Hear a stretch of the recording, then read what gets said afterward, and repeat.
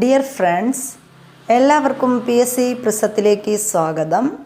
ഇന്ന് നമ്മൾ 7ാം ക്ലാസ്സിലെ SCERT ന്യൂ സിലബസ് പ്രകാരമുള്ള സയൻസിൽ നിന്നും 4ാമത്തെ ചാപ്റ്ററാണ് പഠിക്കാൻ പോകുന്നത്. അപ്പോൾ ഇതിനു മുമ്പ് 5ാം ക്ലാസ്സിലെ SCERT സോഷ്യൽ സയൻസ്, അതുപോലെ സയൻസ് എന്നിവയുടെ ഫസ്റ്റ് പാർട്ട് നമ്മൾ എടുത്ത് കഴിഞ്ഞിട്ടുണ്ട്. അതുപോലെ തന്നെ ഇനി 7ാം ക്ലാസ്സിലെ സയൻസാണ് ഇപ്പോൾ നമ്മൾ പഠിച്ചുകൊണ്ടിരിക്കുന്നത്. അടുത്ത ഒരു ചാപ്റ്ററോട് കൂടി ഈ ഫസ്റ്റ് പാർട്ട് കഴിയും. അതിനുശേഷം നമ്മൾ 7ാം ക്ലാസ്സിലെ സോഷ്യൽ സയൻസ് ആരംഭിക്കുന്നതാണ്. പലരുടെയും റിക്വസ്റ്റ് പ്രകാരം നമ്മൾ 5 മുതൽ 10ാം ക്ലാസ് വരെയുള്ള കംപ്ലീറ്റ് സിലബസും കവർ ചെയ്യുന്നതായിരിക്കും. അപ്പോൾ നമുക്ക് 4ാമത്തെ ചാപ്റ്ററിലേക്ക് പോകാം. നമ്മുടെ ചാപ്റ്ററിൻ്റെ പേര് പ്രകാശം പ്രതിപദിക്കുമ്പോൾ എന്നതാണ്. അപ്പോൾ അതിനു മുമ്പ് നിങ്ങൾ ഒരു ഹെൽപ്പ് ചെയ്യുക. എന്താണ്, സബ്സ്ക്രൈബ് ചെയ്യാത്തവർ സബ്സ്ക്രൈബ് ചെയ്തിട്ട് കാണുക. അതുപോലെ തന്നെ ലൈക്ക് ചെയ്യാത്തവർ ലൈക്ക് ചെയ്യുക. പിന്നെ നിങ്ങളുടെ വിലയേറിയ കമൻറ്റുകൾ നമ്മുടെ കമൻറ്റ് ബോക്സിൽ ഇടുക. അതുപോലെ തന്നെ നമ്മുടെ വാട്സാപ്പ് ചാനൽ ഉണ്ട്. അപ്പോൾ അതിൽ ജോയിൻ ചെയ്താൽ ഇതിൻ്റെ എല്ലാം PDF, നമ്മളിടുന്ന വീഡിയോസിൻ്റെയൊക്കെ PDF നിങ്ങൾക്ക് ലഭിക്കുന്നതായിരിക്കും. അപ്പോൾ നമുക്ക് ക്ലാസ്സിലേക്ക് കടക്കാം. പ്രകാശം പ്രതിപദിക്കുമ്പോൾ. അപ്പോൾ ഇവിടെ ഫസ്റ്റിലെ തന്നെ ഒരു ചിത്രമാണ് തന്നിരിക്കുന്നത്. എന്താണ് ചിത്രത്തിൽ പറഞ്ഞിരിക്കുന്നത്? ഒരു മുത്തശ്ശി മുത്തശ്ശിയുടെ ചെറുമകളോട് പറയുന്നൊരു കാര്യമാണ്. എന്താണ്? ഈ ജനലിലൂടെ വെയിൽ വല്ലാതെ അകത്തേക്ക് വരുന്നു, ആ കർട്ടൻ നീക്കിയിടുമോളെ എന്ന് പറയുന്നുണ്ട്. അപ്പോൾ ജനാല അടഞ്ഞാണല്ലോ കിടക്കുന്നത്, പിന്നെ എങ്ങനെയാ വെയിൽ ഉള്ളിൽ എത്തുന്നതെന്ന് കുട്ടി ചോദിക്കുന്നുണ്ട്. ഒരു കുഞ്ഞനിയത്തിയുടെ സംശയമാണിത്. അടച്ചിട്ടാലും ചില്ലു ജനൽ വഴി പ്രകാശമുള്ളിൽ കടക്കുമെന്ന് നിങ്ങൾക്കറിയാമല്ലോ.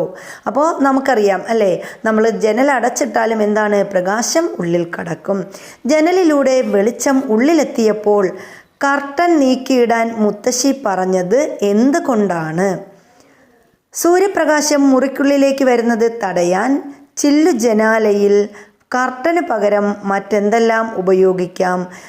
അതുപോലെ തന്നെ ഇത് കണ്ടെത്തുന്നതിന് വേണ്ടിയുള്ള പരീക്ഷണമൊക്കെ ഇവിടെ കൊടുത്തിട്ടുണ്ട്. അപ്പോൾ നമുക്ക് അത് ഉരച്ച ഗ്ലാസ് ഷീറ്റ്, ചില്ല് ഗ്ലാസ്സിലെടുത്ത ശുദ്ധജലം, മരക്കട്ട, തുണി, വെള്ള പേപ്പർ, കറുത്ത ചാർട്ട് പേപ്പർ, ബട്ടർ പേപ്പർ, ജനൽ ചില്ല്, നാണയം, കണ്ണാടി, കണ്ണട ചില്ല്, മാർബിൾ, പോളിത്തീൻ കവർ, നിറമില്ലാത്ത പ്ലാസ്റ്റിക് ബോട്ടിൽ എന്നീ വസ്തുക്കളെടുത്ത് അവയിലേക്ക് ടോർച്ച് പ്രകാശിപ്പിച്ചു നോക്കൂ. എന്താണ് കാണുന്നത്? നിങ്ങളുടെ നിരീക്ഷണങ്ങൾ ശാസ്ത്ര പുസ്തകത്തിൽ പട്ടികപ്പെടുത്താനും ഇവിടെ പറഞ്ഞിട്ടുണ്ട്. അപ്പോൾ കുട്ടികൾക്കായിട്ടുള്ള ഒരു പരീക്ഷണമാണ് ഇവിടെ തന്നിരിക്കുന്നത്. അതിൽ നിന്ന് നമുക്ക് എന്താണ്, ഈ പരീക്ഷണത്തിൽ നിന്നും പ്രകാശം കടത്തിവിടുന്ന വസ്തുക്കൾ ഏതൊക്കെയാണ്, അതുപോലെ പ്രകാശം കടത്തിവിടാത്ത വസ്തുക്കൾ ഏതൊക്കെയാണ് എന്ന് നമുക്ക് കണ്ടെത്താൻ സാധിക്കും. അപ്പോൾ ഇവിടെ തന്നിരിക്കുന്നതിൽ ഏതൊക്കെയാണ് പ്രകാശം കടത്തിവിടുന്ന വസ്തുക്കൾ? നമുക്കറിയാം ഏതാണ്, ജനൽ ചില്ല് പ്രകാശം കടത്തിവിടുന്ന വസ്തുക്കൾ. അതുപോലെ കണ്ണാടി, കണ്ണട ചില്ല്. അപ്പോൾ നമുക്ക് പറയാം എന്തൊക്കെയാണ് കണ്ണാടി, കണ്ണട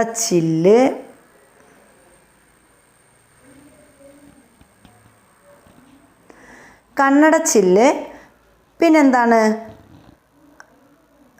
നമ്മുടെ ചില്ല് ഗ്ലാസ്സിൽ എടുത്ത ശുദ്ധജലം എന്നിവ പ്രകാശം കടത്തിവിടുന്ന വസ്തുക്കളാണ്. അപ്പോൾ പ്രകാശം കടത്തിവിടുന്ന വസ്തുക്കൾ ഏതൊക്കെയാണ്? ഇതിൽ പ്രധാനമായിട്ടും പ്രകാശം കടത്തിവിടുന്നതാണ് നമ്മൾ പറഞ്ഞത് ജനൽ ചില്ല്, കണ്ണാടി, കണ്ണട ചില്ല്, അതുപോലെ തന്നെ ചില്ല് ഗ്ലാസ്സിലെടുത്ത ശുദ്ധജലം, പിന്നെ വെള്ള പേപ്പർ, അതുപോലെ വെള്ള പേപ്പർ പ്രകാശത്തെ കടത്തിവിടും, ജനൽ ചില്ല് നമ്മൾ പറഞ്ഞു, മാർബിള് പ്രകാശത്തെ കടത്തിവിടാറുണ്ട്, പോളിത്തീൻ കവർ പ്രകാശത്തെ കടത്തിവിടും, നിറമില്ലാത്ത പ്ലാസ്റ്റിക് ബോട്ടിൽ പ്രകാശത്തെ കടത്തിവിടുന്നുണ്ട്. അപ്പോൾ ഇതെല്ലാം പ്രകാശത്തെ കടത്തിവിടുന്ന വസ്തുക്കളാണ്. ഒന്നുകിൽ നല്ല രീതിയിൽ അല്ലെങ്കിൽ ചെറിയ രീതിയിൽ ഭാഗികമായി പ്രകാശത്തെ കടത്തിവിടുന്ന വസ്തുക്കളാണ് നമ്മളിവിടെ പറഞ്ഞത്. ഇനി പ്രകാശം കടത്തിവിടാത്ത വസ്തുക്കളുണ്ട്. ഏതൊക്കെയാണ്? പ്രകാശം ഒട്ടും കടത്തിവിടാത്ത വസ്തുക്കളുണ്ട്. അത് ഏതൊക്കെയാണ്? മരക്കട്ട, അതുപോലെ തന്നെ കറുത്ത ചാർട്ട് പേപ്പർ മരക്കട്ട, അതുപോലെ മരക്കട്ട പ്രകാശത്തെ കടത്തിവിടുന്നുണ്ട്. കറുത്ത ചാർട്ട് പേപ്പർ പ്രകാശം കടത്തിവിടുന്നതാണ്. പിന്നെന്താണ്? പ്രകാശം കടത്തിവിടത്തില്ല. നാണയം പ്രകാശത്തെ കടത്തിവിടത്തില്ല. അതുപോലെ ഇങ്ങനെയുള്ള വസ്തുക്കളൊന്നും എന്ത് ചെയ്യത്തില്ല? പ്രകാശത്തെ കടത്തിവിടത്തില്ല. ഇനി നമുക്ക് പ്രകാശം കടത്തിവിടുന്ന വസ്തുക്കൾ, ബട്ടർ പേപ്പറിലൂടെ പ്രകാശം കടന്നു പോയില്ലേ? അപ്പം നമുക്കറിയാം എന്താണ്? പ്രകാശം കടത്തിവിടുന്ന വസ്തുക്കളും അല്ലാത്ത വസ്തുക്കളും ഉണ്ട്. അപ്പം അതിലുള്ളത് എന്താണ്? ബട്ടർ പേപ്പറിലൂടെ പ്രകാശം കടന്നു പോകുന്നുണ്ട്, കണ്ണട ചില്ലിലൂടെ പ്രകാശം കടന്നു പോകുന്നുണ്ട്. രണ്ട് വസ്തുക്കളും ഒരേ രീതിയിലാണോ പ്രകാശം കടത്തിവിടുന്നത്? അപ്പം നമുക്കറിയാം കണ്ണട ചില്ലിലൂടെ പ്രകാശം കടന്നു പോകുന്നത് പോലെ എങ്ങനെ പോകത്തില്ല? ബട്ടർ പേപ്പറിലൂടെ പ്രകാശം കടന്നു പോവുകയില്ല. ബട്ടർ പേപ്പർ, ജനൽ ചില്ല്, ഉരച്ച ചില്ല്, എണ്ണ പുരട്ടിയ പേപ്പർ, ചില്ലു കഷ്ണം, പോളിത്തീൻ കവർ, ചില്ലു ഗ്ലാസ്സിലെടുത്ത ശുദ്ധജലം, നിറമില്ലാത്ത പ്ലാസ്റ്റിക് ബോട്ടിൽ ഇവ ഉപയോഗിച്ച് പരീക്ഷണം ആവർത്തിക്കാൻ പറഞ്ഞിട്ടുണ്ട്. എന്നിട്ട് ഇവിടെ എന്താണ്? പരീക്ഷണ അടിസ്ഥാനത്തിൽ പ്രകാശത്തെ നന്നായി കടത്തിവിടുന്ന വസ്തുക്കൾ, അതുപോലെ തന്നെ പ്രകാശത്തെ ഭാഗികമായി കടത്തിവിടുന്ന വസ്തുക്കൾ എന്നിങ്ങനെ പട്ടികപ്പെടുത്താനും പറഞ്ഞിട്ടുണ്ട്. അപ്പോൾ എന്തൊക്കെയാണ്? പ്രകാശം നന്നായി കടത്തിവിടുന്ന വസ്തുക്കൾ ഇവയിൽ ഏതൊക്കെയാണ്? പ്രകാശം നന്നായി കടത്തിവിടുന്ന വസ്തുക്കൾ ഏതൊക്കെയാണ്? ജനൽ ചില്ല് പ്രകാശം നന്നായി കടത്തിവിടുന്നുണ്ട്. ഇനി എന്താണ്? അതുപോലെ ചില്ലു കഷ്ണം പ്രകാശം നന്നായി കടത്തിവിടുന്നുണ്ട്. ചില്ല് ഗ്ലാസ്സിലെടുത്ത ശുദ്ധജലവും പ്രകാശത്തെ നന്നായി കടത്തിവിടുന്നുണ്ട്. ഇവയൊക്കെ പ്രകാശം നന്നായി കടത്തിവിടുന്ന വസ്തുക്കളാണ്. എന്നാൽ പ്രകാശം ഭാഗികമായി മാത്രം കടത്തിവിടുന്ന വസ്തുക്കളുണ്ട്. ഏതൊക്കെയാണ്? നമ്മൾ പറഞ്ഞ ബട്ടർ പേപ്പർ, അതുപോലെ ഉരച്ച ചില്ല്, എണ്ണ പുരട്ടിയ പേപ്പർ, പിന്നെ അതാണ് പോളിത്തീൻ കവർ, അതുപോലെ നിറമില്ലാത്ത പ്ലാസ്റ്റിക് ബോട്ടിൽ എന്നിവ ഭാഗികമായി പ്രകാശത്തെ കടത്തിവിടുന്ന വസ്തുക്കളാണ്. ഇനി നമ്മൾ പ്രകാശം കടത്തിവിടുന്നതുമായി ബന്ധപ്പെട്ട് 3 തരം വസ്തുക്കൾ ഉണ്ടെന്ന് കണ്ടെത്തി. അപ്പം നമുക്കറിയാം എന്തൊക്കെയാണ്? പ്രകാശം കടത്തിവിടുന്ന വസ്തുക്കൾ, അതായത് സുതാര്യ വസ്തുക്കൾ. ഇനി പ്രകാശം കടത്തിവിടാത്ത വസ്തുക്കളുണ്ട്, അതാര്യ വസ്തുക്കളുണ്ട്. പ്രകാശത്തെ ഭാഗികമായി കടത്തിവിടുന്ന വസ്തുക്കളുണ്ട്, അതെന്താണ്? അർദ്ധധാര്യ വസ്തുക്കൾ. അപ്പം നമുക്ക് നോക്കാം. പ്രകാശം നന്നായി കടത്തിവിടുന്ന വസ്തുക്കളാണ് സുതാര്യ വസ്തുക്കൾ. ഇനി പ്രകാശം ഭാഗികമായി കടത്തിവിടുന്ന വസ്തുക്കളാണ് അർദ്ധധാര്യ വസ്തുക്കൾ. ഇനി എന്താണ്? പ്രകാശം കടത്തിവിടാത്ത വസ്തുക്കളാണ് അധാര്യ വസ്തുക്കൾ. അതുപോലെ കൂടുതൽ വസ്തുക്കൾ ഉപയോഗിച്ച് പരീക്ഷണം ആവർത്തിക്കൂ. പരീക്ഷിച്ച വസ്തുക്കളെ സുതാര്യ വസ്തുക്കൾ, അർദ്ധധാര്യ വസ്തുക്കൾ, അധാര്യ വസ്തുക്കൾ എന്നിങ്ങനെ തരംതിരിച്ച് രേഖപ്പെടുത്താൻ പറഞ്ഞിട്ടുണ്ട്. ഇനി സുതാര്യ വസ്തുവിനെ അധാര്യമാക്കാൻ കഴിയും. അത് നമുക്കറിയാവുന്നതാണ്. സുതാര്യമായിട്ടുള്ള ഒരു വസ്തുവിനെ നമുക്ക് എന്ത് ചെയ്യാൻ പറ്റും? അധാര്യമാക്കാൻ കഴിയും. അപ്പോൾ നമുക്കിവിടെ ഒരു പരീക്ഷണം തന്നിട്ടുണ്ട്. എന്താണ്? സുതാര്യമായ ഒരു ഗ്ലാസ് ഷീറ്റ് അർദ്ധധാര്യമോ അധാര്യമോ ആക്കാൻ സാധിക്കുമോ? എങ്ങനെ?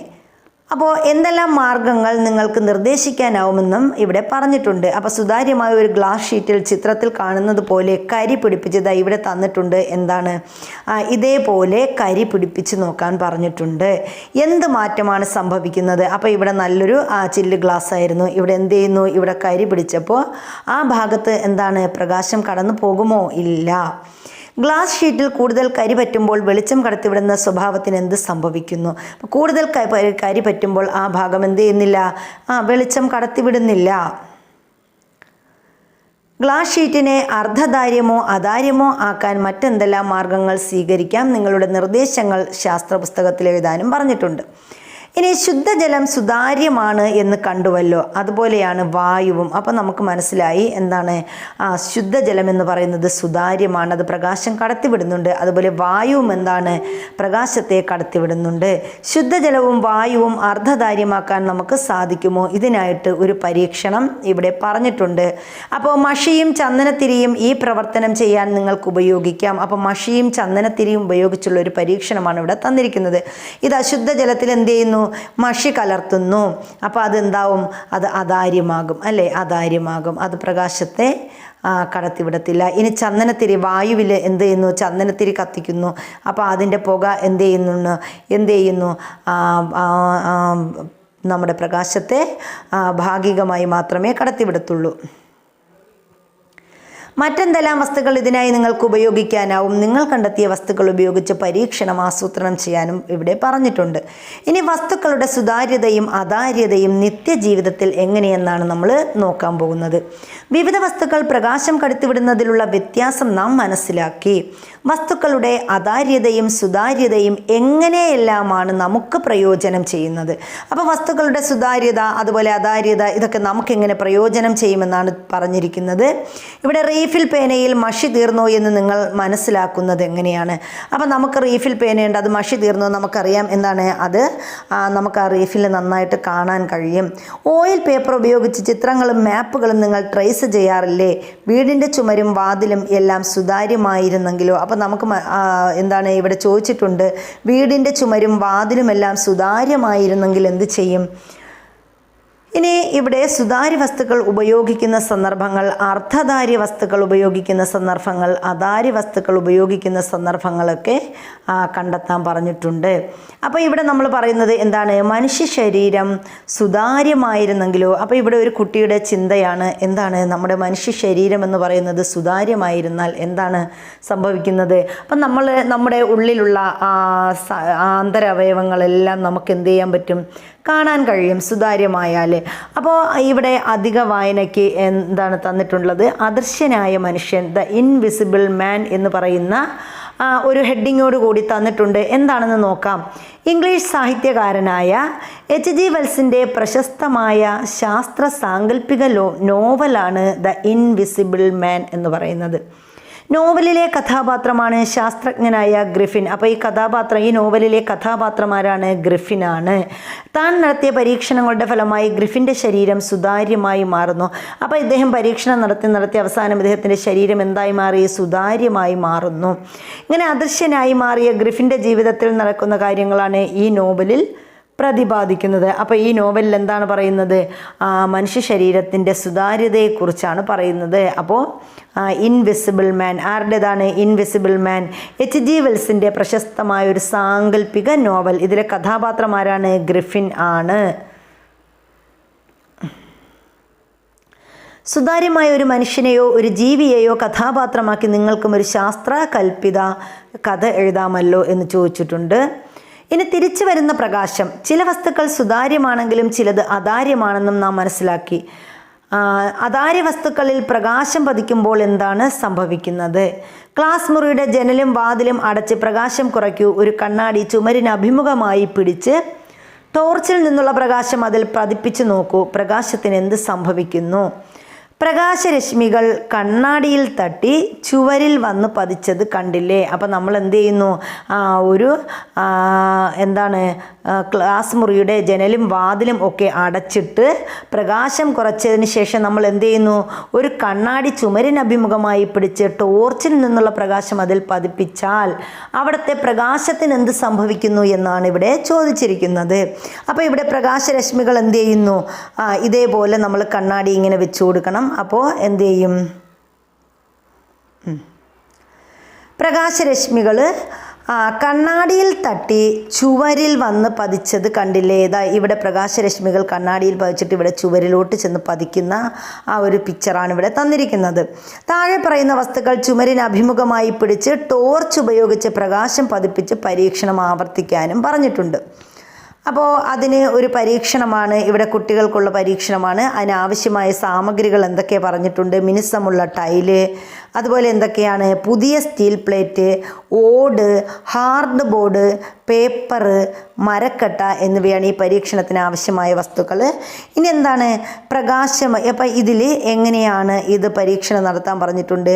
പ്രകാശം പതിച്ച വസ്തു ഏതൊക്കെയാണ്? പ്രകാശം വസ്തുവിൽ തട്ടി തിരിച്ചു വരുന്നതിലുള്ള വ്യത്യാസം എങ്ങനെയാണ് എന്നൊക്കെ ചോദിച്ചിട്ടുണ്ട്. അപ്പോൾ ആ തന്ന വസ്തുക്കളിൽ പ്രകാശം പതിച്ച വസ്തുക്കൾ ഏതൊക്കെയാണ്? അപ്പം നമ്മൾക്ക് ഏതൊക്കെ വസ്തുക്കളാണ് തന്നത്? ടൈല് തന്നു, മിനുസമുള്ളൊരു ടൈല്, അതുപോലെ പുതിയ സ്റ്റീൽ പ്ലേറ്റ്, അതുപോലെ ഓടുണ്ട്, ഹാർഡ് ബോർഡുണ്ട്, പേപ്പറുണ്ട്, മരക്കട്ടയുണ്ട്. അപ്പോൾ ഇവിടെ ഓരോന്നും നമുക്ക് നോക്കാം. മുഖം നോക്കുന്ന കണ്ണാടി പ്രകാശം നന്നായി തിരിച്ചു പോകുന്നു. അപ്പോൾ മുഖം നോക്കുന്ന കണ്ണാടിയിൽ എങ്ങനെയാണ്? പ്രകാശം നന്നായിട്ട് തിരിച്ചു പോകുന്നുണ്ട്. പേപ്പർ പ്രകാശം വളരെ കുറച്ച് മാത്രം തിരിച്ചു പോകുന്നു. ഇനി എന്താണ്? പുതിയ സ്റ്റീൽ പ്ലേറ്റ് എങ്ങനെയാണ്? പ്രകാശം നന്നായിട്ട് തിരിച്ചു പോകത്തില്ലേ സ്റ്റീൽ പ്ലേറ്റ്? അപ്പോൾ സ്റ്റീൽ പ്ലേറ്റിൽ എങ്ങനെയാണ്? പ്രകാശം നന്നായിട്ട് തിരിച്ചു പോകും. പ്രകാശം നന്നായി തിരിച്ചു പോകും. ഇനി എന്താണ്, അതുപോലെ മരക്കട്ട എങ്ങനെയാണ്? പ്രകാശം തിരിച്ചു പോകില്ല. മരക്കട്ടയിൽ പ്രകാശം എന്താണ്? തിരിച്ചു പോകില്ല. മരക്കട്ട പ്രകാശം പ്രതിഫലിപ്പിക്കത്തില്ല എന്ന് നമ്മൾ പഠിച്ചിട്ടുണ്ട്. അതുപോലെ ഇവിടെ തന്നിരിക്കുന്നതാണ് ഹാർഡ് ബോർഡും പ്രകാശത്തെ എന്താണ്? തിരിച്ചു വിടത്തില്ല. പ്രകാശം അവിടെയും തിരിച്ചു പോകുന്നില്ല. ഇനി എന്താണ്? ഓടിലും പ്രകാശം തിരിച്ചു പോകുന്നില്ല. അപ്പോൾ ഇത്രയുമാണ് നമുക്ക് പരീക്ഷണത്തിനായി തന്ന വസ്തുക്കൾ. ഇനി പ്രകാശത്തിൻ്റെ പ്രതിപതനം. പ്രകാശം വസ്തുക്കളിൽ തട്ടി തിരിച്ചു വരുന്നതിനെയാണ് പ്രകാശത്തിൻ്റെ പ്രതിപതനം എന്ന് പറയുന്നത്. അപ്പോൾ പ്രകാശത്തിൻ്റെ പ്രതിപതനം എന്നാൽ എന്തെന്ന് ചോദിച്ചാൽ നമ്മൾ എന്ത് പറയും? പ്രകാശം വസ്തുക്കളിൽ തട്ടി തിരിച്ചു വരുന്നതാണ് പ്രകാശത്തിൻ്റെ പ്രതിപതനം. ചുമരിലേക്ക് പ്രകാശം നന്നായി പ്രതിപതിപ്പിക്കുന്ന വസ്തുക്കളുടെ പ്രതലം സ്പർശിച്ചു നോക്കൂ, എന്താണ് അനുഭവപ്പെടുന്നത്? അപ്പം നമുക്കറിയാം, ചുമരിലേക്ക് പ്രകാശം നന്നായി പ്രതിപതിപ്പിക്കുന്ന വസ്തുക്കളുടെ പ്രതലം എങ്ങനെയായിരിക്കും? നല്ല മിനുസമായിരിക്കും. പ്രകാശം നന്നായി പ്രതിപതിപ്പിക്കാത്ത വസ്തുക്കളുടെ പ്രതലമോ അത് പരുപരുത്തതായിരിക്കും, അല്ലേ? അത് പരുപരുത്തത് ആയിരിക്കും.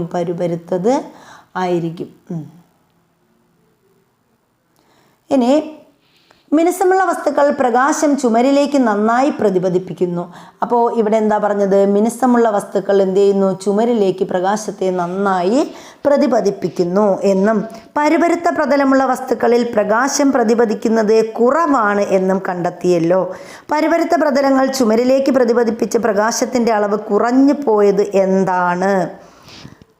ഇനി മുഖം നോക്കുന്ന കണ്ണാടിയിലും സാൻഡ് പേപ്പറിലും പ്രകാശം പതിക്കുമ്പോൾ സംഭവിക്കുന്ന പ്രതിപതനമാണ് താഴെ ചിത്രത്തിൽ കൊടുത്തിട്ടുള്ളത്. ചിത്രം വിശകലനം ചെയ്ത് നിഗമനത്തിലെത്തിച്ചേരാൻ പറഞ്ഞിട്ടുണ്ട്.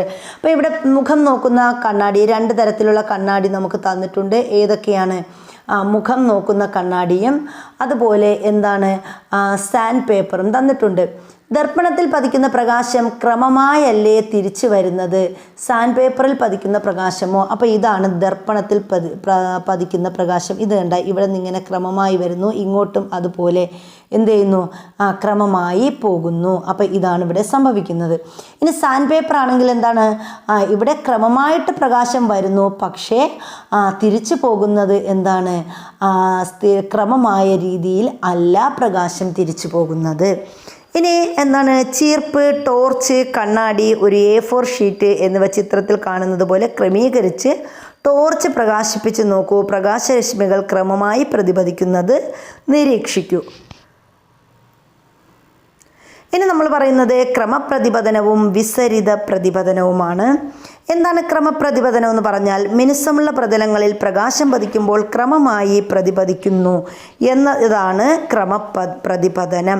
അപ്പോൾ ക്രമപ്രതിപതനം എന്ന് പറഞ്ഞാൽ എന്താണ്? മിനുസമുള്ള പ്രതലങ്ങളിൽ പ്രകാശം പതിക്കുമ്പോൾ അത് ക്രമമായി പതിക്കുന്നു. ഇതിനെയാണ് നമ്മൾ എന്തെന്ന് പറയുന്നത്? ക്രമപ്രതിപതനം എന്ന് പറയുന്നത്. പ്രകാശത്തെ ക്രമമായി പ്രതിപദിപ്പിക്കുന്ന പ്രതലങ്ങളാണ് ദർപ്പണങ്ങൾ. അപ്പോൾ നമുക്ക് ക്രമമായ പ്രതിപതനത്തിന് ഉദാഹരണമാരാണ്?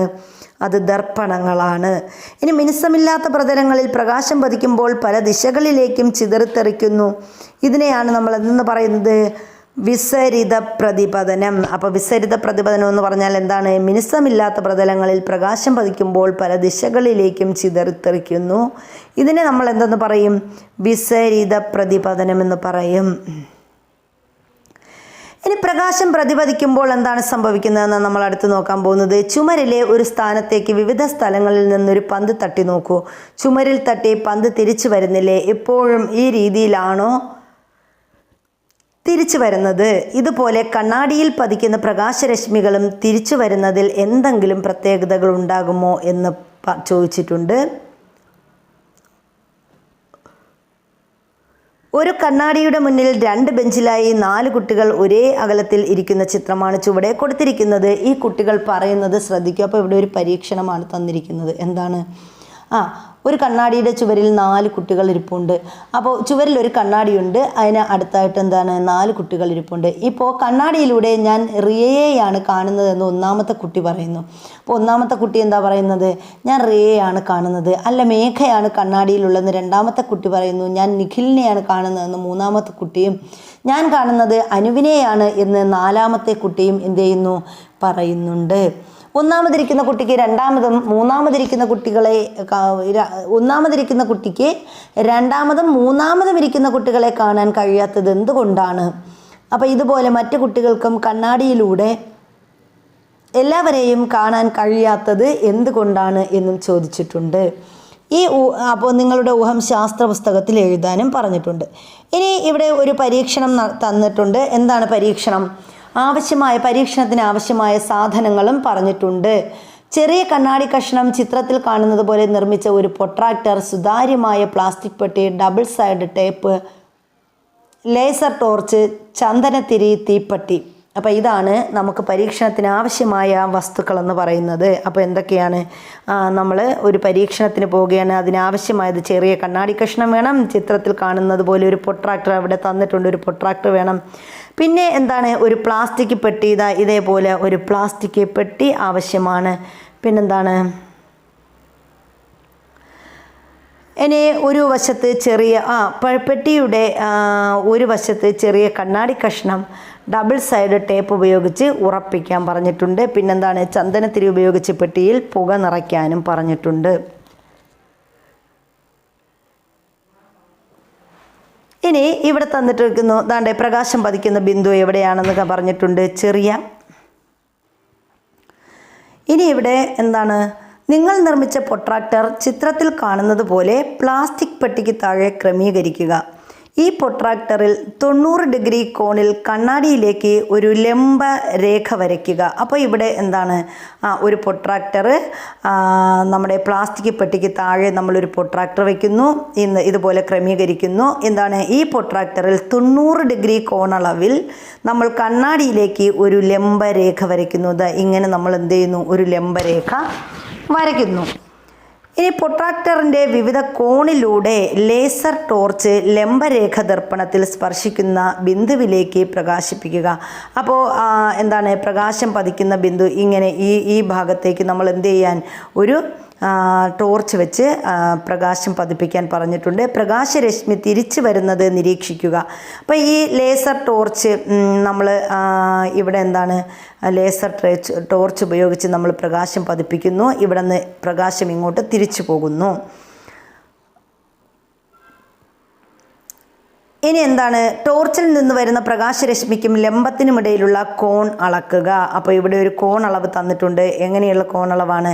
പ്രകാശരശ്മിക്കും അതുപോലെ തന്നെ നമ്മുടെ എന്താണ് ലേസർ ടോർച്ചിനും അതുപോലെ നമ്മുടെ പ്രകാശരശ്മിക്കും ലംബത്തിനും ഇടയിലുള്ള ടോർച്ചിൽ നിന്ന് വരുന്ന പ്രകാശരശ്മിക്കും ലംബത്തിനും ഇടയിലുള്ള ഒരു കോൺ അളക്കാൻ പറഞ്ഞിട്ടുണ്ട്. ഇവിടെ നിന്ന് ഇങ്ങനെ ഒരു കോണ് അളക്കാനായിട്ട് പറഞ്ഞിട്ടുണ്ട്. അതുപോലെ ഇവിടെ നിന്നും ഇങ്ങനെയുള്ള ഒരു കോണളവും ഇവിടെ പറഞ്ഞിട്ടുണ്ട്. അപ്പോൾ അത് തിരിച്ചു വരുന്ന പ്രകാശരശ്മി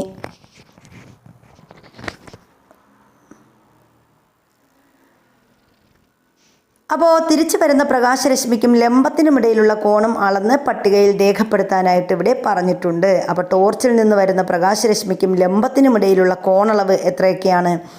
ഇവിടെ 40 ഡിഗ്രി. അതായത് ടോർച്ചിൽ നിന്ന് വരുന്ന പ്രകാശരശ്മിക്കും ലംബത്തിനുമിടയിലുള്ള കോണളവ് ഇവിടെ എങ്ങനെയാണ് പറഞ്ഞിരിക്കുന്നത്? ഇത് 40 ഡിഗ്രി, അതുപോലെ 55 ഡിഗ്രി, 70 ഡിഗ്രി ഇങ്ങനെ പറഞ്ഞിട്ടുണ്ട്.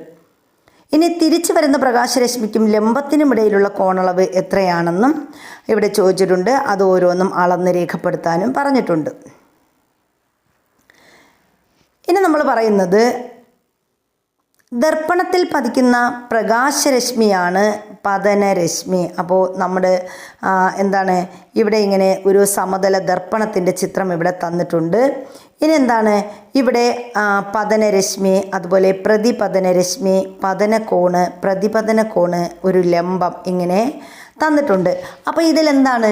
ദർപ്പണത്തിൽ പതിക്കുന്ന പ്രകാശരശ്മിയാണ് പതനരശ്മി. അപ്പം നമ്മുടെ ഈ ദർപ്പണത്തിൽ ഇങ്ങനെ വന്ന് ഇവിടെ പതിക്കുന്ന ഈ പ്രകാശരശ്മിക്കാണ് നമ്മൾ എന്തെന്ന് പറയുന്നത്? പതനരശ്മി എന്ന് പറയുന്നത്. പതനരശ്മി ദർപ്പണത്തിൽ പതിക്കുന്ന ബിന്ദുവാണ് പതനബിന്ദു. അപ്പോൾ രശ്മി എന്ത് ചെയ്യുന്നു? ദർപ്പണത്തിൽ പതിക്കുന്ന ഒരു ബിന്ദു ഉണ്ട്. ഇതിനെയാണ് നമ്മൾ എന്തെന്ന് പറയുന്നത്? പതനബിന്ദു എന്ന് പറയുന്നത്. അപ്പോൾ ഇതാണ് നമ്മുടെ പതനബിന്ദു. ഇനി പതനബിന്ദുവിൽ ദർപ്പണത്തിന് ലംബമായി വരയ്ക്കുന്ന രേഖയാണ് ലംബം. പതനബിന്ദു ഇതാണ്. അപ്പോൾ ഇതിന് ദർപ്പണത്തിന് ലംബമായിട്ട് ഇങ്ങനെ നമ്മളൊരു രേഖ വരയ്ക്കുന്നു. ഇതിനെയാണ് നമ്മൾ എന്തെന്ന് പറയുന്നത്? ലംബം എന്ന് പറയുന്നത്. പ്രകാശം പതനബിന്ദുവിൽ തട്ടി തിരിച്ചു വരുന്ന രശ്മിയാണ് പ്രതിപതന രശ്മി. അപ്പോൾ പ്രകാശം ഇവിടെ പതനബിന്ദുവിൽ തട്ടിയിട്ട് ഇങ്ങോട്ടേക്ക് എന്ത് ചെയ്യും? തിരിച്ചു പോകും. ആ ഒരു രശ്മിക്ക് പറയുന്ന പേരാണ് പ്രതിപതന രശ്മി. അപ്പോൾ പ്രകാശം എന്ത് ചെയ്യുന്നു? പതന ബിന്ദുവിൽ പതിച്ചതിന് ശേഷം എന്ത് ചെയ്യുന്നു? അത് തിരിച്ചു വരുന്ന രശ്മിയാണ് നമ്മൾ പ്രതിപതന രശ്മി എന്ന് പറയുന്നത്.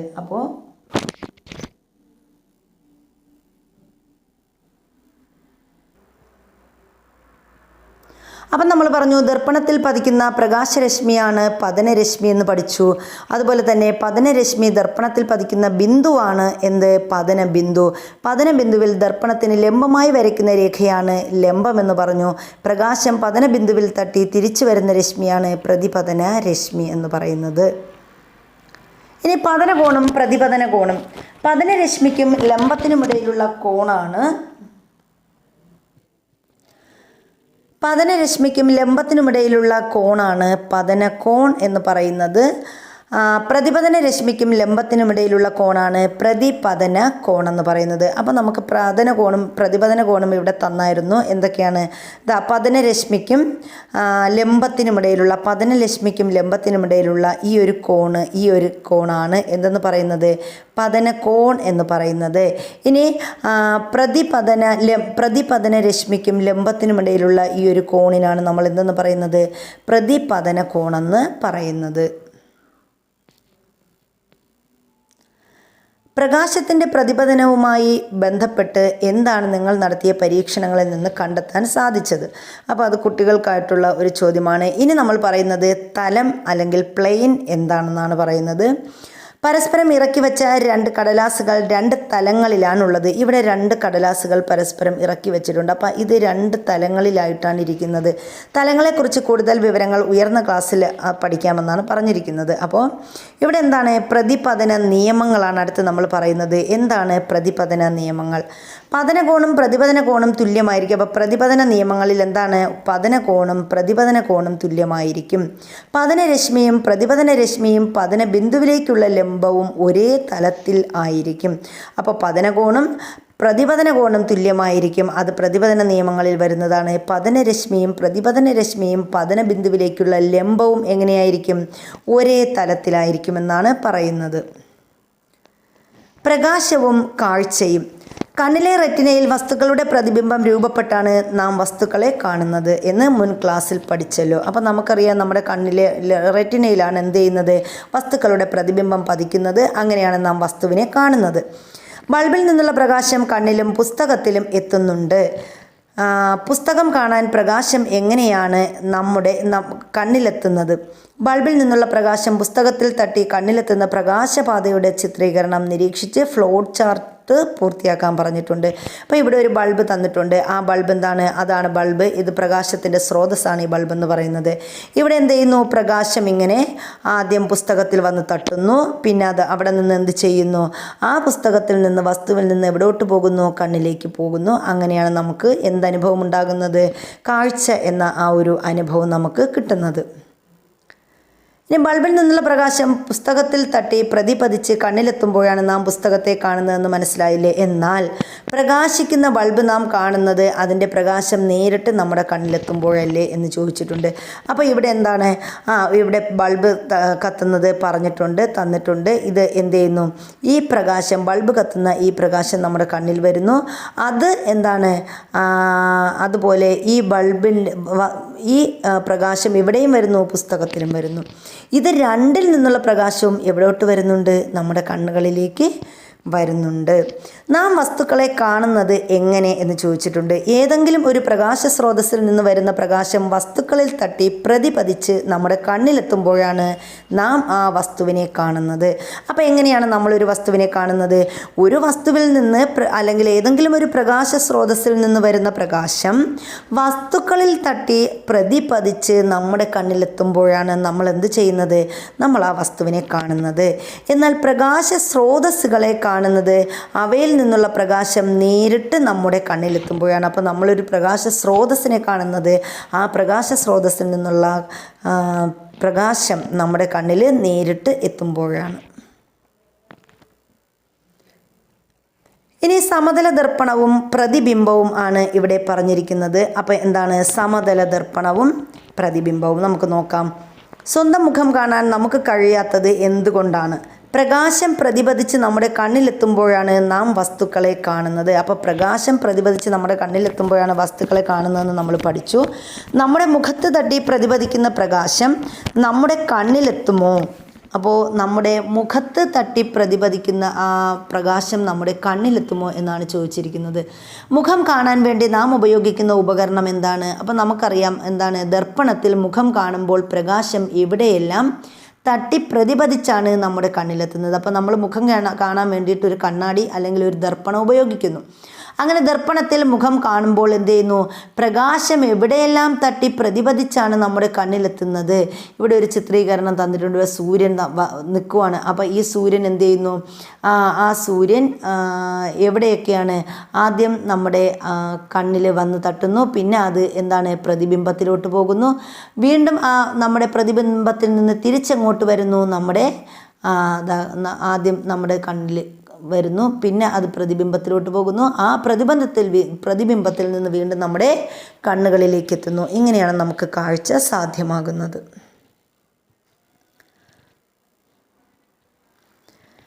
ഇനി ഇവിടെ ചിത്രങ്ങൾ നിരീക്ഷിക്കൂ. വിവിധ ആകൃതിയിലുള്ള ദർപ്പണങ്ങൾ നിങ്ങൾ കണ്ടിട്ടില്ലേ? അപ്പോൾ ഇവിടെ പല ആകൃതിയിലുള്ള ദർപ്പണങ്ങൾ തന്നിട്ടുണ്ട്. ഇവിടെ പല രീതിയിലുള്ള ദർപ്പണങ്ങളാണ് തന്നിരിക്കുന്നത്. ഈ ദർപ്പണങ്ങളുടെ ഉപരിതലത്തിൻ്റെ പ്രത്യേകതകൾ എന്തെല്ലാമാണ് എന്ന് ചോദിച്ചിട്ടുണ്ട്. ഉപരിതലം നിരപ്പായ ദർപ്പണമാണ് സമതല ദർപ്പണം. അപ്പോൾ ഇവിടെ തന്ന കണ്ണാടിയുടെ ഉപരിതലം എല്ലാം നല്ല എന്താണ്? ഇവയെല്ലാം നിരപ്പായതാണ്. ഇവയെല്ലാം നല്ല നിരപ്പായതാണ്. ഇതേപോലെ നിരപ്പായ കണ്ണാടിയാണ് ഇവിടെ തന്നിരിക്കുന്നത്. അപ്പോൾ ഉപരിതലം നിരപ്പായ ദർപ്പണമാണ് സമതല ദർപ്പണം. അപ്പോൾ ഇതേപോലെ ഉപരിതലം നിരപ്പായ ദർപ്പണത്തെ നമ്മൾ സമതല ദർപ്പണം എന്ന് പറയും. സമതല ദർപ്പണത്തിൽ നമ്മുടെ പ്രതിബിംബം കാണാൻ കഴിയും. ഒരു സമതല ദർപ്പണത്തിന് മുന്നിൽ ഇടത് കൈ ഉയർത്തി നോക്കൂ. അപ്പോൾ നമ്മളൊരു സമതല ദർപ്പണത്തിൻ്റെ മുന്നിൽ നിൽക്കുന്നു. എന്നിട്ട് നമ്മുടെ ഇടത് കൈ ഉയർത്തുമ്പോൾ എന്ത് ചെയ്യുന്നു? നമ്മൾ കാണുന്ന പ്രതിബിംബത്തിൻ്റെ ഏത് കൈയാണ് ഉയരുന്നത്? നമുക്കറിയാം അത് വലത് കൈയാണെന്ന് നമുക്കറിയാം, അല്ലേ? ഇനി വെള്ള പേപ്പറിൽ ഇംഗ്ലീഷ് വലിയ അക്ഷരത്തിൽ നിങ്ങളുടെ പേരെഴുതി ദർപ്പണത്തിന് മുന്നിൽ കാണിക്കൂ. ദർപ്പണത്തിൽ നോക്കി പേര് വായിക്കാൻ സാധിക്കുന്നുണ്ടോ? അപ്പം നമ്മളൊരു പേരെഴുതി വെള്ള പേപ്പറിൽ എഴുതി അത് കണ്ണാടിയിൽ കാണിച്ചാൽ അതെങ്ങനെയായിരിക്കും? അത് തല തിരിഞ്ഞായിരിക്കും നമുക്ക് കാണാൻ കഴിയുന്നത്. എങ്കിൽ ബേസിക് സയൻസ് എന്ന വാക്ക് സമതല ദർപ്പണത്തിൽ നോക്കി എഴുതാനായിട്ട് പറഞ്ഞിട്ടുണ്ട്. ഇനി സമതല ദർപ്പണത്തിൽ ശരിയായി വായിക്കാൻ പറ്റുന്ന വിധം കൂട്ടുകാരുടെ പേരുകൾ എഴുതാൻ ശ്രമിക്കൂ എന്നും പറഞ്ഞിട്ടുണ്ട്. ഇനി ഒരാളുടെ ഇടത് കവിളിലെ മറുക് പ്രതിബിംബത്തിൽ നമ്മൾ കാണുമ്പോൾ അത് ഏത് കവിളിലായിട്ടാണ് നമുക്ക് തോന്നുന്നത്? അത് വലത് കവിളിലായിട്ടായിരിക്കും തോന്നുന്നത്, അല്ലേ? സമതല ദർപ്പണത്തിൽ കാണുന്ന പ്രതിബിംബത്തിൻ്റെ എന്ത് പ്രത്യേകതയാണ് ഈ സന്ദർഭങ്ങളിൽ നമുക്ക് മനസ്സിലാക്കാൻ സാധിക്കുന്നത്? അപ്പോൾ ഈ ഇവിടെ കാണുന്ന സമതല ദർപ്പണത്തിൽ കാണുന്ന പ്രതിബിംബത്തിൻ്റെ പ്രത്യേകതയ്ക്കാണ് നമ്മൾ എന്തെന്ന് പറയുന്നത്? പാർശ്വിക വിപര്യം എന്ന് പറയുന്നത്. അപ്പോൾ എന്താണ് പാർശ്വിക വിപര്യം എന്നാണ് നമ്മൾ അടുത്ത് പഠിക്കുന്നത്. സമതല ദർപ്പണത്തിൽ വസ്തുവിൻ്റെ വലത് ഭാഗം പ്രതിബിംബത്തിൻ്റെ ഇടത് ഭാഗമായും വസ്തുവിൻ്റെ ഇടത് ഭാഗം പ്രതിബിംബത്തിൻ്റെ വലത് ഭാഗമായും കാണുന്നു. ഈ പ്രതിഭാസമാണ് പാർശ്വിക വിപര്യം. അപ്പോൾ എന്താ പറഞ്ഞത്? നമ്മുടെ സമതല ദർപ്പണത്തിൽ വസ്തുവിൻ്റെ വലത് ഭാഗം പ്രതിബിംബത്തിൻ്റെ ഇടത് ഭാഗമായും വസ്തുവിൻ്റെ ഇടത് ഭാഗം പ്രതിബിംബത്തിൻ്റെ വലതു ഭാഗമായും എന്ത് ചെയ്യുന്നു? കാണുന്നു. ഈ ഒരു പ്രതിഭാസത്തിന് പറയുന്ന പേരാണ് പാർശ്വിക വിപര്യം. ഇനി ഇവിടെ ഒരു ആംബുലൻസിൻ്റെ ചിത്രം തന്നിട്ടുണ്ട്. എന്താണ് പ്രത്യേകത? ആംബുലൻസ് നമ്മൾ നോക്കുമ്പോൾ താണ്ടെ തല തിരിച്ചാണ് എഴുതിയിരിക്കുന്നത്, അല്ലേ? ആംബുലൻസ് എന്ന്. അപ്പോൾ ഇതെന്താണ്? നിങ്ങൾ ഈ വാഹനം കണ്ടിട്ടില്ലേ? വാഹനത്തിൻ്റെ മുൻവശത്തെ ഇങ്ങനെ എഴുതാൻ കാരണം എന്താവും?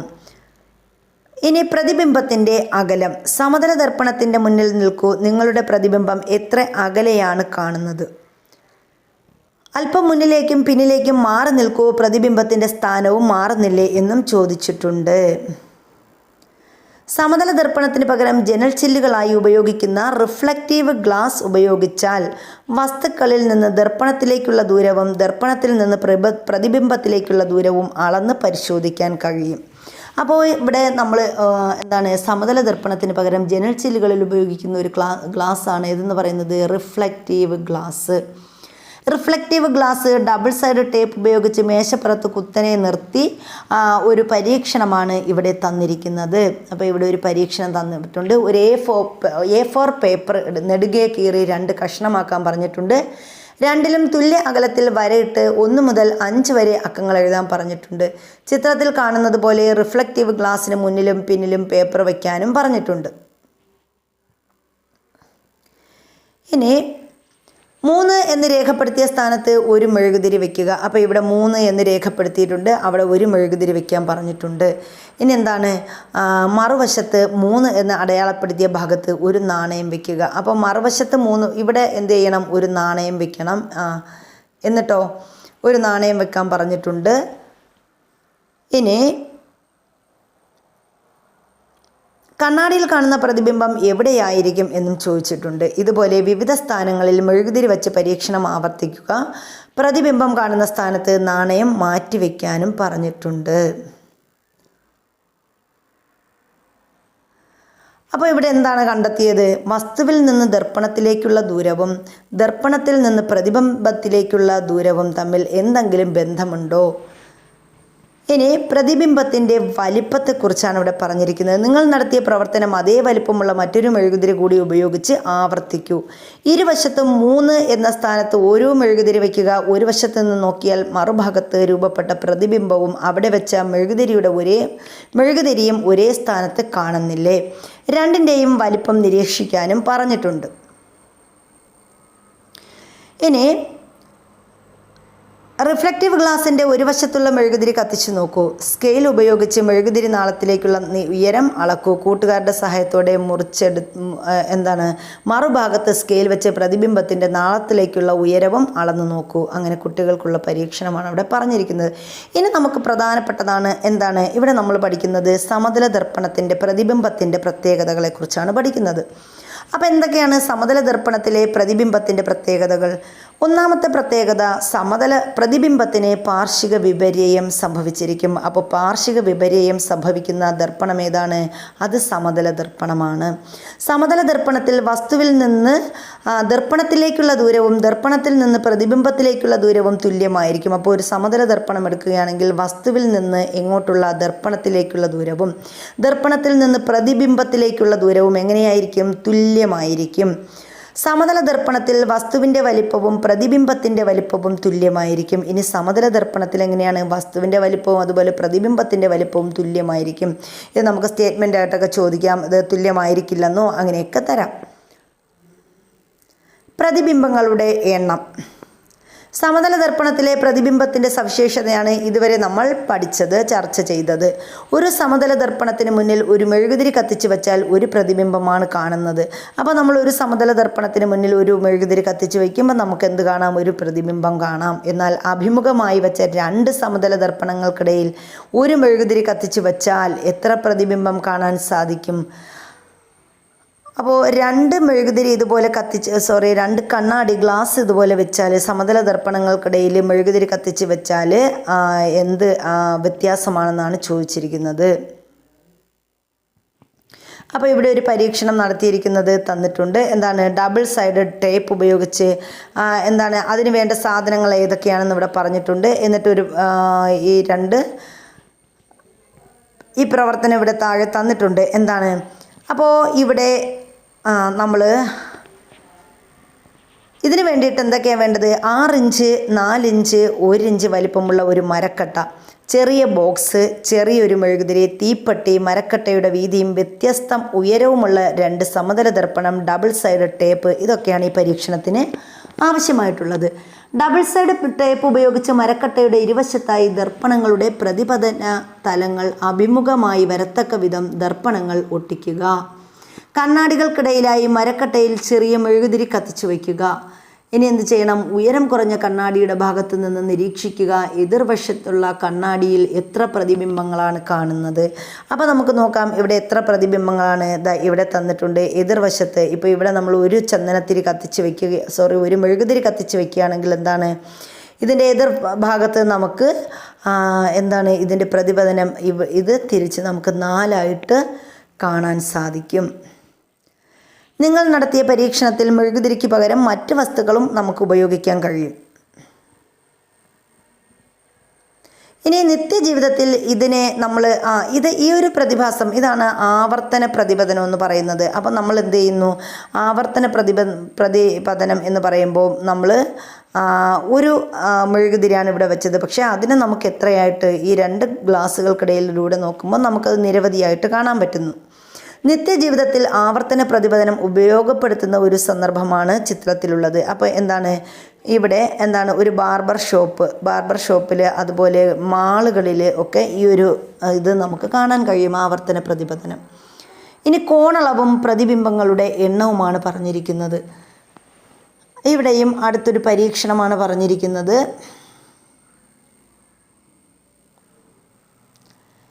ഇനി ദർപ്പണങ്ങൾക്കിടയിലെ കോണളവും പ്രതിബിംബങ്ങളുടെ എണ്ണവും തമ്മിൽ എന്തെങ്കിലും ബന്ധമുണ്ടോ എന്ന് ചോദിച്ചിട്ടുണ്ട്.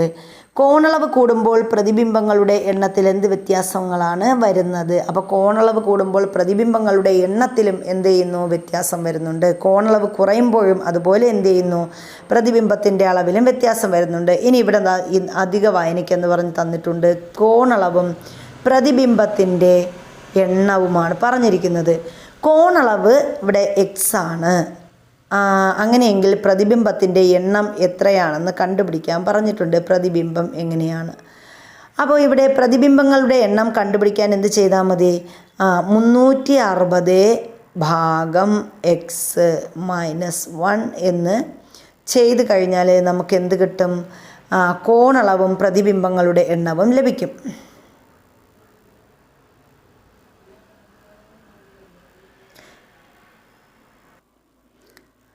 അടുത്ത് കാലിഡോസ്കോപ്പിൻ്റെ കാര്യമാണ് ഇവിടെ പറഞ്ഞിരിക്കുന്നത്. അപ്പോൾ കാലിഡോസ്കോപ്പ് നിർമ്മിക്കുന്നതിന് ആവശ്യമായ വസ്തുക്കളൊക്കെ ഇവിടെ തന്നിട്ടുണ്ട്. എന്തൊക്കെയാണ്? 6 ഇഞ്ച് 2 ഇഞ്ച് വലിപ്പമുള്ള 3 സമതല ദർപ്പണങ്ങൾ, അതുപോലെ ഇൻസുലേഷൻ ടേപ്പ്, സുതാര്യമായ പ്ലാസ്റ്റിക് ഷീറ്റ് എന്നിവയൊക്കെ ഉപയോഗിച്ച് നമുക്ക് കാലിഡോസ്കോപ്പ് നിർമ്മിക്കാവുന്നതാണ്. അപ്പോൾ എന്തിനു വേണ്ടിയിട്ടാണ് ഈ കാലിഡോസ്കോപ്പ് ഉപയോഗിക്കുന്നത്? നമ്മൾ വസ്തുക്കളെയൊക്കെ പാറ്റേണുകളായിട്ട് കാണുന്നതിന് വേണ്ടി, അതായത് ഒരു കളർഫുള്ളായിട്ട് വസ്തുക്കളെ കാണുന്നതിന് വേണ്ടി അതിന് വേണ്ടിയിട്ടാണ് നമ്മൾ കാലിഡോസ്കോപ്പ് ഉപയോഗിക്കുന്നത്. പല ആകൃതിയിലും വലിപ്പത്തിലും പല നിറത്തിലുമൊക്കെ നമുക്ക് വസ്തുക്കളെ കാണുന്നതിന് വേണ്ടി ഉപയോഗിക്കുന്ന ഒരു ഉപകരണമാണ് എന്തെന്ന് പറയുന്നത്? കാലിഡോസ്കോപ്പ് എന്ന് പറയുന്നത്. അതുപോലെ തന്നെ ഇവിടെ പെരിസ്കോപ്പിൻ്റെ കാര്യവും പറഞ്ഞിട്ടുണ്ട്. പെരിസ്കോപ്പ് എന്ന് പറയുമ്പോൾ നമുക്ക് നേരിട്ട് കണ്ണുകൊണ്ട് കാണാൻ കഴിയാത്ത വസ്തുക്കളെ കാണുന്നതിന് വേണ്ടി ഉപയോഗിക്കുന്നതാണ് പെരിസ്കോപ്പ് എന്ന് പറയുന്നത്. ഇപ്പോൾ ജലത്തിനടിയിലെ കാഴ്ചകൾ കാണുന്നതിന് വേണ്ടി ഈ കപ്പൽ യാത്രക്കാർ കപ്പലിൻ്റെ സബ്മറൈനിലെ കാഴ്ചകളൊക്കെ കാണാനായിട്ട് ഉപയോഗിക്കുന്ന ഒരു ഉപകരണമാണ് പെരിസ്കോപ്പ്. അപ്പോൾ ഈ പെരിസ്കോപ്പിൻ്റെ നിർമ്മാണ രീതിയാണ് ഇവിടെ തന്നിരിക്കുന്നത്. 25 സെൻറ്റിമീറ്റർ 30 സെൻറ്റിമീറ്റർ വലിപ്പത്തിലൊരു കാർഡ്ബോർഡ് കഷ്ണം, 3 ഇഞ്ച് 2.5 ഇഞ്ച് വലിപ്പമുള്ള 2 സമതല ദർപ്പണങ്ങൾ, അതുപോലെ കാർഡ്ബോർഡ് കഷ്ണത്തിന് പകരം സൺപാക്ക് ഷീറ്റും ഉപയോഗിക്കാമെന്ന് പറഞ്ഞിട്ടുണ്ട്. അപ്പോൾ ഇതൊക്കെ എടുത്തിട്ട് നമ്മൾ എന്ത് ചെയ്യണം?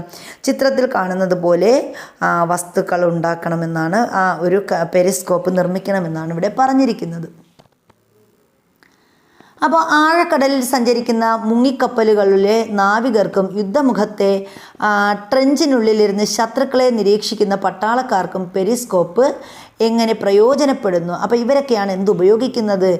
പെരിസ്കോപ്പ് ഉപയോഗിക്കുന്നതെന്ന് നമുക്ക് മനസ്സിലാക്കാം.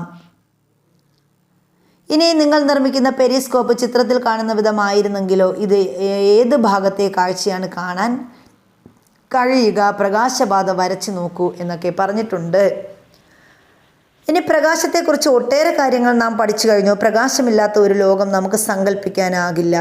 ഇത്രയേറെ പ്രാധാന്യമുള്ള പ്രകാശം അമിതമാകുന്നത് മൂലം മനുഷ്യരുൾപ്പെടെയുള്ള മറ്റ് പല ജീവികൾക്കും പ്രയാസങ്ങൾ നേരിടുന്നുണ്ടെന്ന് പറഞ്ഞാൽ നിങ്ങൾ വിശ്വസിക്കും. അപ്പോൾ നമുക്ക് പ്രകാശം അധികമായാലും പ്രശ്നമാണ്. അപ്പോൾ എന്താണെന്ന് നോക്കാം. റോഡിലുള്ള ഈ വലിയ വെളിച്ചം കാരണം രാത്രിയായിട്ടും എനിക്ക് കണ്ണ് കാണാൻ സാധിക്കുന്നില്ലല്ലോ, എങ്ങനെയാണൊന്ന് പുറത്തിറങ്ങുക. അപ്പോൾ ഇവിടെ ഒരു ജീവിയുടെ, രാത്രികാലങ്ങളിൽ സഞ്ചരിക്കുന്ന ജീവികളുടെ ബുദ്ധിമുട്ടാണ് ഇവിടെ പറഞ്ഞിരിക്കുന്നത്. മൂങ്ങയുടെ സങ്കടമാണ് നമ്മൾ കണ്ടത്. എപ്പോഴാണ് മൂങ്ങകൾ ഇര തേടാൻ പുറത്തിറങ്ങുന്നത്? നമുക്കറിയാം, ഇര തേടാനായി മൂങ്ങകൾ എപ്പോഴാണ് പുറത്തിറങ്ങുന്നത്? രാത്രി സമയങ്ങളിലാണ്. അപ്പോൾ രാത്രിയിലെ അമിതമായ പ്രകാശം അവയെ എങ്ങനെയാണ് ബാധിക്കുന്നത്? മൂങ്ങകളെ മാത്രമാണോ രാത്രിയിലെ കൃത്രിമ പ്രകാശം പ്രതികൂലമായി ബാധിക്കുന്നത്? ഇനി പ്രകാശ മലിനീകരണത്തെക്കുറിച്ചാണ് പറയുന്നത്. എന്താണ് പ്രകാശ മലിനീകരണം? ഇരുട്ടിനെ ഇല്ലാതാക്കും വിധം പ്രകാശം വിതറുന്ന ഒട്ടേറെ സ്രോതസ്സുകൾ ഇന്ന് നാം ഉപയോഗിക്കാറുണ്ട്. നഗരങ്ങളിലും പാറക്കെട്ടുകളിലും രാത്രി മുഴുവൻ പ്രകാശിച്ചു നിൽക്കുന്ന നിയോൺ ബൾബുകളും മറ്റും നിങ്ങൾ കണ്ടിട്ടുണ്ടാകും. ഇരുട്ടിൽ ഇര തേടുന്ന ഒട്ടേറെ ജീവികൾക്ക് ഈ വെളിച്ചം ദോഷമാകുന്നുണ്ട്. അവരും ഈ ഭൂമിയുടെ അവകാശികൾ തന്നെയാണ്. തെളിഞ്ഞ രാത്രികളിൽ മാത്രം കാണാവുന്ന പല ആകാശ കാഴ്ചകളും മനുഷ്യർക്ക് നഷ്ടമാകുന്നതിനും രാത്രിയിലെ തീവ്രമായ പ്രകാശം കാരണമാകുന്നുണ്ട്. പ്രകാശ മലിനീകരണം മൂലമുണ്ടാകുന്ന ചില പ്രശ്നങ്ങളാണ് ഇവിടെ പറഞ്ഞിരിക്കുന്നത്. അപ്പോൾ പ്രകാശ മലിനീകരണമായാലും പ്രകാശം നല്ലതാണ്, പക്ഷേ പ്രകാശം മലിനമായാൽ അതെന്താണ്? ജീവികൾക്ക് ദോഷമാണ്. രാത്രിയിലെ അമിതമായ പ്രകാശം മനുഷ്യർക്കും മൃഗങ്ങൾക്കും എന്തെല്ലാം ബുദ്ധിമുട്ടുകൾക്ക് കാരണമാകുന്നുണ്ട്? ക്ലാസ്സിലെ ചർച്ചാ വിഷയമാണത്. ഇനി ഇവിടെ നമുക്ക് ഒരു വിലയിരുത്തലാണ് തന്നിരിക്കുന്നത്. എന്തൊക്കെയാണ് നമ്മുടെ വിലയിരുത്തലിൽ പറഞ്ഞിരിക്കുന്നത്? താഴെ കൊടുത്ത പട്ടിക പരിശോധിച്ച് കൂട്ടത്തിൽ പെടാത്തവ കണ്ടെത്തണം. അപ്പോൾ ഇവിടെ കൂട്ടത്തിൽ പെടാത്തത് തന്നിട്ടുണ്ട്. സുതാര്യ വസ്തുക്കൾ എന്ന് പറഞ്ഞാൽ നമുക്കറിയാം, പ്രകാശം കടത്തിവിടുന്ന വസ്തുക്കളാണ് സുതാര്യ വസ്തുക്കൾ. തെളിഞ്ഞ ജലം എന്ന് പറയുന്നൊരു സുതാര്യ വസ്തുവാണ്. വായു സുതാര്യ വസ്തുവാണ്. ഇനി മൊബൈൽ ഫോണിൻ്റെ സ്ക്രീൻ കാർഡ് അതെന്താണ്? ഒരു സുതാര്യ വസ്തുവാണ്. അപ്പോൾ ഇവിടെ എന്താണ്? പുക നിറച്ച പെട്ടി അതെന്താണ്? ഇവിടെ ഒറ്റപ്പെട്ട വസ്തു, അതാണ് നമുക്ക് കാണാൻ പറ്റുന്നത്. ഇനി അർദ്ധധാര്യ വസ്തുക്കൾ ഏതൊക്കെയാണെന്ന് നോക്കാം. അതായത് ഭാഗികമായി പ്രകാശം കടത്തിവിടുന്നത്. ഇവിടെ എന്താണ്? കലങ്ങിയ വെള്ളം ഭാഗികമായി പ്രകാശം കടത്തിവിടുന്നുണ്ട്. അതുപോലെ ടൈൽസും പ്രകാശത്തെ കടത്തിവിടുന്നുണ്ട്. ഇനി ഇവിടെ കൂട്ടത്തിൽ പെടാത്തതപ്പോൾ ഏതാണ്? മണ്ണ് എന്താണ്? പ്രകാശത്തെ കടത്തിവിടുന്നില്ല. അതുപോലെ നല്ല കലങ്ങിയ വെള്ളമാണെങ്കിൽ, അത് ചെളിവെള്ളം പോലത്തെ വെള്ളമാണെങ്കിൽ അതെന്ത് ചെയ്യുന്നില്ല? പ്രകാശത്തെ കടത്തിവിടുന്നില്ല. അപ്പോൾ ഇതിൽ ടൈൽസ്, ഇതിൽ നമുക്ക് മണ്ണാണ് ഒറ്റപ്പെട്ടത്. ഇനി അധാര്യ വസ്തുക്കൾ ഏതൊക്കെയാണ്? കല്ല്, മുഖം നോക്കുന്ന കണ്ണാടി, തെളിഞ്ഞ ജലം, ഹാർഡ് ബോർഡ്, മൂടൽമഞ്ഞ്, ഇത് ഇത്രയും ഇവിടെ തന്നിട്ടുണ്ട്. അപ്പോൾ എന്തൊക്കെയാണ് ഇവിടെ? അധാര്യ വസ്തുക്കൾക്ക് നമുക്ക് പറയാം എന്താണ്? അധാര്യ വസ്തു, കല്ലെന്ന് പറയുന്നത് അധാര്യ വസ്തുവാണ്. ഇനി എന്താണ്? തെളിഞ്ഞ ജലവും മുഖം നോക്കുന്ന കണ്ണാടിയും സുതാര്യ വസ്തുക്കളാണ്. ഹാർഡ് ബോർഡ് അധാര്യ വസ്തുവാണ്. അതുപോലെ മൂടൽമഞ്ഞും അധാര്യ വസ്തുവാണ്. അപ്പോൾ ഇവിടെ നമുക്ക് ഇത് ഒറ്റപ്പെട്ടത് ഏതൊക്കെയാണ്? മുഖം നോക്കുന്ന കണ്ണാടിയും തെളിഞ്ഞ ജലവുമാണ് നമുക്കിവിടെ എടുക്കാൻ പറ്റുന്നത്. ഇനി ചിത്രങ്ങൾ നിരീക്ഷിക്കാൻ പറഞ്ഞിട്ടുണ്ട്. ഇവിടെ 2 ചിത്രങ്ങൾ തന്നിട്ടുണ്ട്. എന്താണ്? പ്രകാശത്തിൻ്റെ ഏത് തരം പ്രതിപതനമാണ് ഇവിടെ കാണുന്നത്? അപ്പം നമുക്കറിയാം, ഇത് കണ്ടോ, ഇത് എന്താണ്? പ്രകാശത്തിന് യാതൊരു കോട്ടവും സംഭവിക്കാതെ നേരിട്ട് അതേപോലെ പതിക്കുന്നു. അപ്പം നമ്മൾ പഠിച്ചു എന്താണ്? ഇവിടെ ക്രമപ്രതിപതനമാണ്. ഇവിടെ എന്താണ്? ക്രമപ്രതിപതനമാണ് ഇവിടെ നടക്കുന്നത്. ക്രമപ്രതിപതനം. ഇനി ഇവിടെ എന്താണ്? പ്രകാശം എന്ത് ചെയ്യുന്നു? ക്രമരഹിതമായിട്ട് പ്രതിപദിക്കുന്നു. അപ്പോൾ നമ്മൾ എന്ത് പറയും അതിനെ? വിസരിത പ്രതിപതനം എന്ന് പറയും. വിസരിത പ്രതിപതനമാണ് ഇവിടെ കാണിച്ചിരിക്കുന്നത്. ഇനി പ്രതിപതനത്തിൻ്റെ അടിസ്ഥാനത്തിൽ 2 കാഴ്ചകളും നമ്മൾ വിശദീകരിച്ചു. താഴെ പറയുന്ന സന്ദർഭങ്ങൾ നോക്കൂ. ഓരോന്നിലും പ്രകാശത്തിൻ്റെ ഏത് തരം പ്രതിപതനമാണ് സംഭവിക്കുന്നതെന്ന് കണ്ടെത്താനും പറഞ്ഞിട്ടുണ്ട്. അപ്പോൾ ഇവിടെ പ്രതിപതനം ഏതൊക്കെയാണ്? സന്ദർഭം തന്നിട്ടുണ്ട്. അതിൻ്റെ പ്രതിപതനം ഏതൊക്കെയാണെന്ന് നമ്മൾ കണ്ടെത്തണം. ആഭരണങ്ങൾ തിളങ്ങുന്നത് ക്രമമായിട്ടാണ്. അപ്പോൾ അത് ക്രമപ്രതിപതനമാണ്. പകൽ സമയം വീടിനകത്ത് വെളിച്ചം കാണുന്നു. പകൽ സമയത്ത് വീടിനകത്തും വെളിച്ചം കാണുന്നത് എന്താണ്? അത് എന്താണ്? ക്രമപ്രതിപതനമാണ്. പോളിഷ് ചെയ്ത ഫർണിച്ചർ തിളങ്ങുന്നതും ക്രമപ്രതിപതനമാണ്. നിശ്ചലമായ ജലോപരിതലത്തിൽ മരത്തിൻ്റെ പ്രതിബിംബം കാണുന്നു. അപ്പോൾ നിശ്ചലമായ ജലോപരിതലത്തിൽ നമ്മൾ എന്ത് കാണുന്നു? മരത്തിൻ്റെ പ്രതിബിംബം കാണുന്നതും എന്തിനുദാഹരണമാണ്? നമ്മുടെ ക്രമപ്രതിപതനത്തിന് ഉദാഹരണമാണ്. ഇനി അടുത്ത് തുടർ പ്രവർത്തനങ്ങൾ, കുട്ടികൾക്കുള്ള പരീക്ഷണങ്ങളൊക്കെ ഇവിടെ തന്നിട്ടുണ്ട്. അപ്പോൾ അത് ഇതാണ് നമ്മുടെ 7ാം ക്ലാസ്സിലെ 4ാമത്തെ ചാപ്റ്റർ എന്ന് പറയുന്നത്. ഇനി നമുക്കുള്ളത് 7ാം ക്ലാസ്സിലെ 5ാമത്തെ ചാപ്റ്ററും കൂടെ ആയാൽ ഈ ഒരു പാർട്ട് നമുക്ക് തീരും. ഇനി അടുത്ത ഭാഗമുണ്ട്. അപ്പോൾ അതിൻ്റെ ടെക്സ്റ്റുകളൊന്നും വന്നിട്ടില്ല. അപ്പോൾ അത് വന്നതിന് ശേഷം നമ്മളിതിൻ്റെ ക്ലാസ്സുകൾ എടുക്കുന്നതായിരിക്കും. അപ്പോൾ വീഡിയോ ഇഷ്ടപ്പെട്ടാൽ എല്ലാവരും ലൈക്ക് ചെയ്യുക, അതുപോലെ ഷെയർ ചെയ്യുക, നിങ്ങൾ സബ്സ്ക്രൈബ് ചെയ്യുക. അതുപോലെ തന്നെ നിങ്ങളുടെ വിലയേറിയ കമൻറ്റുകൾ രേഖപ്പെടുത്തുക. എന്തെങ്കിലും പോരായ്മകൾ നമ്മുടെ വീഡിയോയിലുണ്ടെങ്കിൽ അത് തുറന്നു പറയുക. അപ്പോൾ അടുത്ത വീഡിയോയിൽ നമ്മൾ ആ കുറവുകളൊക്കെ പരമാവധി പരിഹരിച്ചുകൊണ്ട് ക്ലാസ് ഇടാൻ ശ്രമിക്കുന്നതായിരിക്കും. അപ്പോൾ അടുത്ത ഒരു വീഡിയോയിൽ കാണുന്നത് വരെ എല്ലാവർക്കും താങ്ക് യു. നല്ലൊരു ദിവസം ആശംസിക്കുന്നു.